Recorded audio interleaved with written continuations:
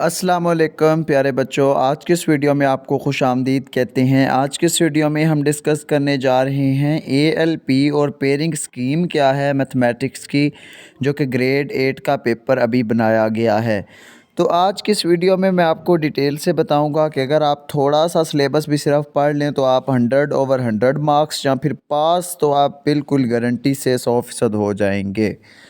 तो first of all आज की इस वीडियो में हम सबसे पहले डिस्कस करेंगे कि ALP क्या है, हमारे बुक में से कौन कौन से यूनिट्स ख़त्म किए गए हैं, मतलब कौन कौन सी डोमेन है और उसमें से कौन कौन सी सब डोमेन ख़त्म की गई है।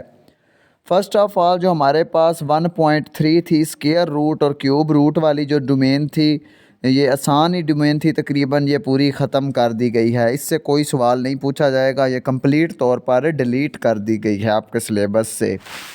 इसके बाद हमारे पास दूसरी जो डोमेन थी अलजबरा, उसकी जो सब डोमेन नंबर 2.3 थी, जिसका कंटेंट था लीनियर इक्वेशन एंड इनइक्वालिटीज़, जिसके अंदर हम ग्राफ्स बनाते हैं, वो वाली जो डोमेन थी वो भी आपकी मुकम्मल तौर पर ख़त्म कर दी गई है। इसके बाद हमारे पास आखिरी जो डोमेन नंबर 5 थी स्टैटिक्स एंड प्रोबेबिलिटी, इसके अंदर जो हमारे पास डोमेन नंबर 5.2 थी प्रोबेबिलिटी, वो वाली डोमेन